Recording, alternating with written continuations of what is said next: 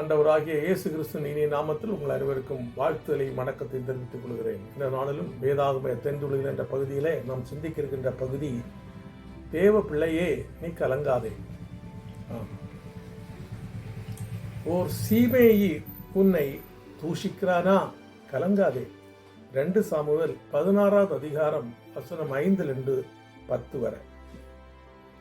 2வது, ஓர் யூதாஸ் உன்னை காட்டிக் கொடுக்கிறானா, கலங்காதே. மத்தேயு 26வது அதிகாரம் வசனம் 15-16.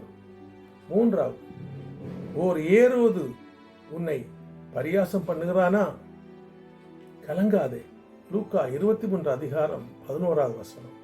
4வது, ஓர் கோலியாத் உன்னை பரியாசம் பண்ணுகிறானா, கலங்காதே. 1 சாமுவேல் 17வது அதிகாரம் 44-45 வசனம்.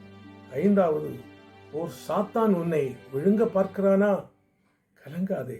1 பேதுரு 5வது அதிகாரம் 8வது வசனம்.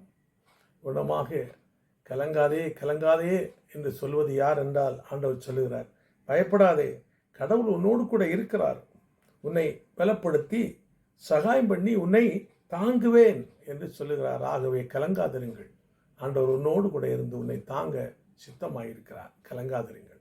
இந்த வசனங்களை பார்த்து தியானித்து ஜெபம் பண்ணி, ஆண்டவர் நம்மை ஆற்றி தேற்றுகின்ற கடவுளாக இருக்கின்றபடியினால் கலங்காதிருங்கள், கர்த்தர் உங்களை பாதுகாப்பார். ஆண்டவர் தாமே உங்களை ஆசீர்வதிப்பாராக. ஆமென்.